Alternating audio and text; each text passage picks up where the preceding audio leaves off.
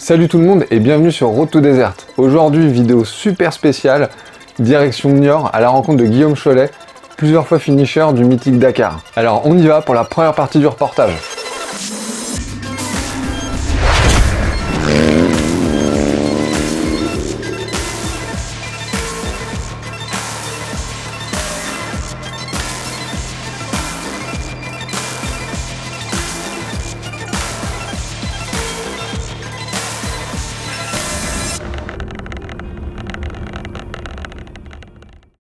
Bon Guillaume, bienvenue à toi sur Road to Desert. C'est la première fois que j'interviewe quelqu'un. Déjà merci de me recevoir.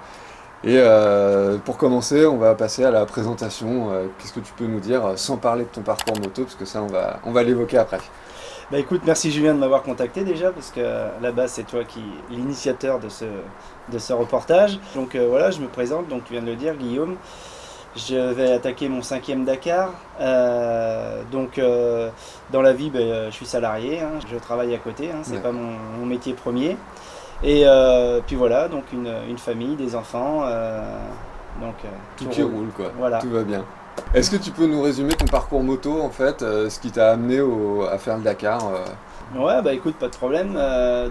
Famille de passionnés de moto, des parents motards, passionnés de course moto, donc j'ai baigné un peu dedans depuis gamin, quoi. Donc beaucoup les motos GP, okay. Le motocross, les week-ends entre copains motards. Donc tu es allé vraiment par étapes, quoi. Par étapes, ouais. Donc j'ai vraiment appris le pilotage, on va dire, en tant que passager.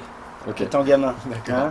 Classique, 14 ans la mobilette, les premières expériences de roue arrière, 16 ans 125, okay. Toujours en étant passionné de course, hein, forcément, mais niveau budget c'était compliqué de faire des courses. 125 par la route, mes premiers tours de circuit, après 18 ans, gros cube, et puis mon père faisait de l'enduro. On regardait le Dakar depuis toujours à la télé, hein, depuis que comme beaucoup. Et un jour, j'avais promis que je lui ferais le Dakar, parce que j'avais envie. Donc, en attendant, j'ai commencé par le circuit vitesse en moto. Puis après, j'ai goûté à l'enduro. Ça a fonctionné tout de suite. Ça m'a vraiment plu. Donc, classique, premier championnat de course, première course entre copains, beaucoup de rando avec les copains le dimanche. Dans le partage, toujours le partage, vraiment le plaisir. L'atmosphère moto, l'ambiance vraiment fait de rouler avec des amis, rouler entre potes. C'est ça. Et puis après, les premiers championnats de ligue sont arrivés, les premiers résultats. Et j'ai eu la chance qu'à l'époque, la Ligue Poitou-Charentes aidait les jeunes pilotes en mettant en place des stages de pilotage l'hiver. Et à l'initiation, c'était Alain Chambaud et Francis Barrault qui gérait ça et qui a permis malgré tout à nous aider énormément, que ça soit à progresser et puis à prendre confiance dans le milieu de la moto. Puis après, on s'est suivi les championnats d'enduro, endurance, et puis en 2013-2012, j'ai lancé le projet Rallye. Et donc en 2016, tu prends ton premier départ pour le Dakar, donc ça y est, là, t'es dedans. Je suis dedans. Et c'est quoi ton plan en fait? Tu pars, mais pourquoi? Je pense que je pars pour arriver, hein, tout simplement. J'ai pas d'objectif de place dans ma tête. Je pense que tout concurrent pour son premier Dakar doit viser l'arrivée, quoi, parce que autrement on se trompe d'objectif, hein, je pense. En étant amateur, hein, c'est vrai que le professionnel c'est de viser la place. Étant amateur, tout pilote c'est d'aller au bout de son premier Dakar, car c'est beaucoup d'émotions. Moi je l'ai connu, premier Dakar, première arrivée, donc beaucoup d'émotions, partagées, c'est l'arrivée, tout simplement. Ok.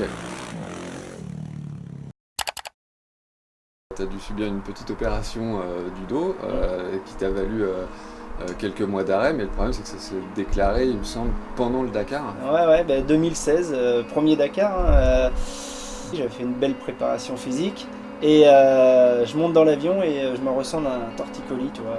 Donc je me dis, c'est le stress. Bénin, le stress, la pression qui redescend. On est dans le... On y est, hein, on est dans le vif du sujet, quoi.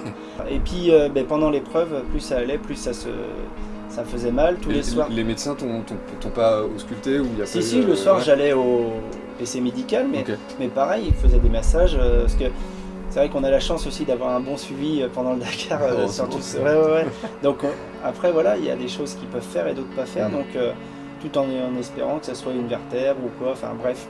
Et puis l'arrivée s'est bien passée, et 15 jours après, je sentais plus mon bras droit. Ok. Ouais, et donc là après ça s'enchaîne par une batterie d'examens, et donc hernie cervicale. La Donc meilleure. voilà, meilleure, ouais, qui est une opération pas simple parce que c'était pas loin de la moelle épinière, et il fallait opérer. Donc au mois d'avril je me fais opérer, donc là ils m'ont ouvert pour me faire une arthrodèse, et puis dans ma tête ce qui me faisait peur c'était d'avoir touché le Dakar et puis plus faire de moto derrière, donc c'est vrai que beaucoup de stress, beaucoup d'anxiété, beaucoup de la peur, hein, tout simplement. Je suis pas quelqu'un de très peureux dans la vie, mais là je peux dire que j'ai eu très peur. Parce que malgré la douleur pendant le Dakar 2016, malgré aussi le fait que tu te fasses opérer en rentrant, enfin c'est Ouais, très peu de temps après, très peu. toi tu voulais repartir. Ah ouais, La santé est passée au second plan par rapport à... Ouais, alors je suis quelqu'un qui fait pas très attention tout le temps sur la santé quand j'ai un objectif, et le chirurgien qui a été un super chirurgien, et je le remercie publiquement souvent, mes premières questions c'était ouais, mais je peux remonter sur la moto quand? Est-ce que ça, ma vie de sportif va s'arrêter? Enfin beaucoup de questions, c'était vraiment la santé en second plan quoi.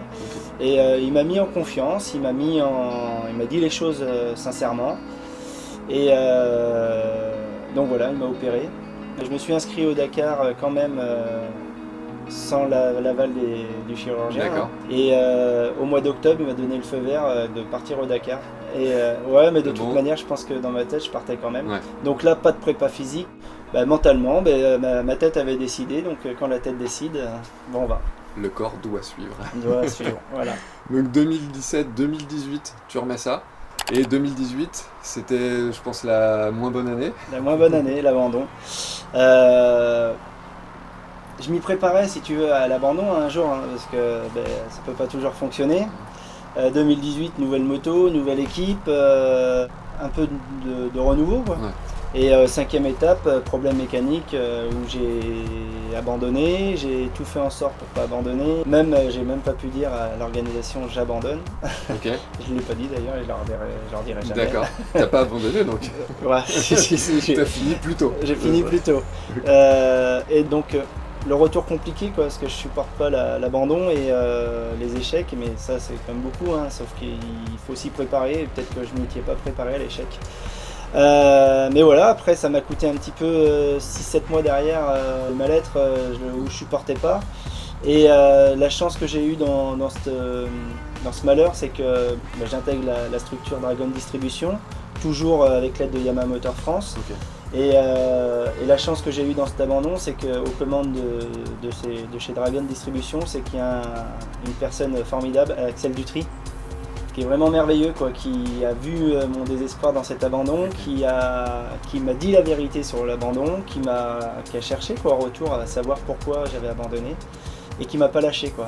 Avec l'équipe, hein, quand je dis Axel, c'est tout son staff, c'est Yamaha. Tu veux dire qu'il y a eu une autopsie de la moto en fait, vraiment pour déceler le pourquoi du comment et pour en fait pas te déculpabiliser, mais en quelque sorte en fait. Parce qu'il y a beaucoup d'équipes, j'abandonne, ils m'auraient pas dit écoute, c'est un problème mécanique, c'est peut-être moi qui ai fait. Mais là, voilà, c'est dans ce milieu-là, une personne aussi honnête, c'est merveilleux, et j'ai la chance de conseiller d'amitié. Au final, en fait, tu as pu digérer la pilule, je dirais, grâce justement au nouveau staff que tu avais. Ouais, comme je leur dis souvent, hein, ça fait partie de ma famille de moto maintenant. Je ne me vois pas partir forcément dans une autre équipe maintenant. C'est vraiment une équipe fabuleuse.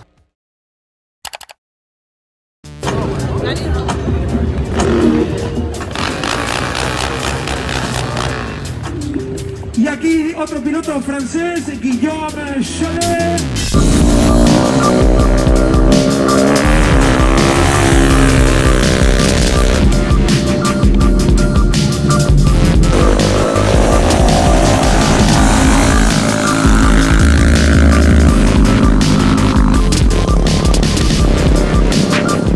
Coucou à tous, voilà on l'a fait.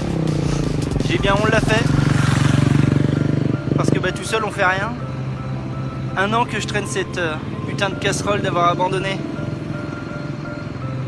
1 an que je me couche, je me lève, je vis avec ça, mais il y a plus grave dans la vie. Mais que je voulais tellement aller chercher cette 3e médaille que j'avais promis,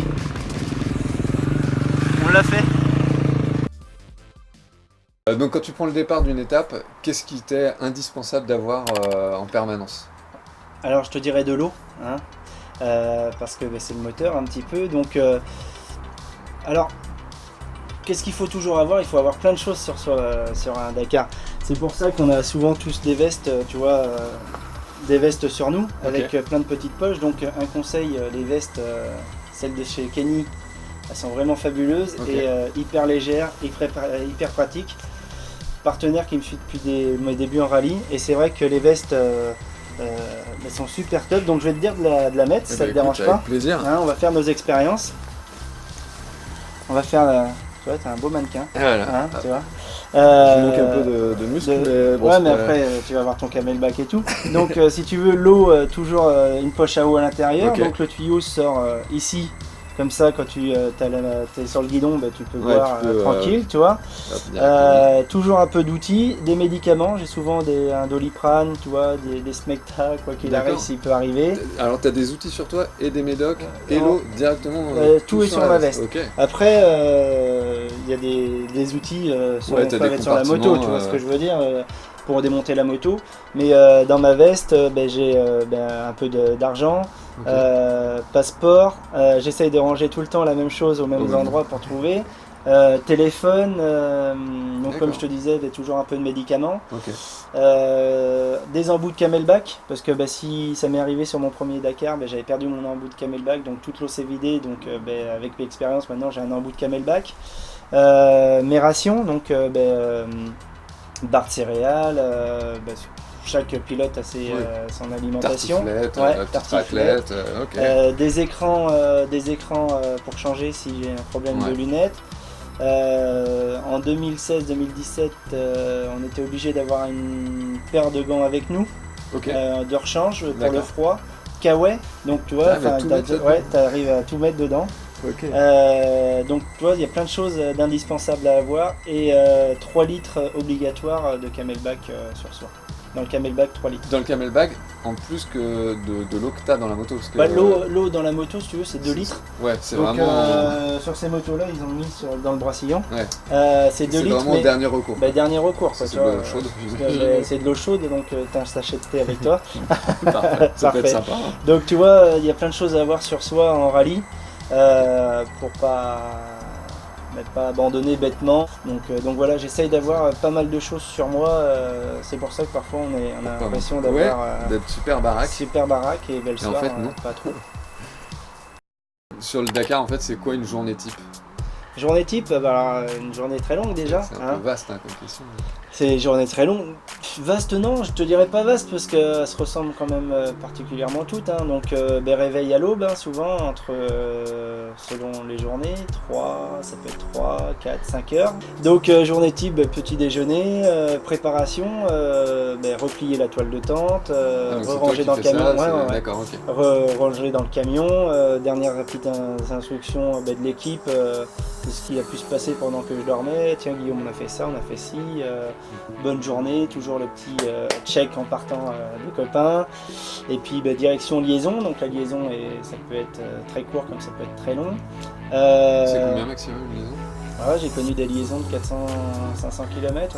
Et en Argentine, j'en ai connu des liaisons très longues.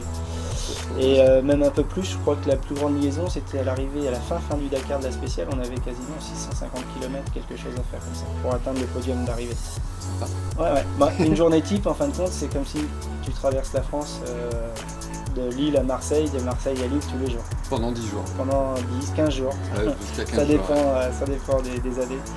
Et spécial qui peut durer 4 heures, 5 heures, 6 heures, 7 heures, 8 heures. Donc aléatoire, je peux pas te donner un temps exact.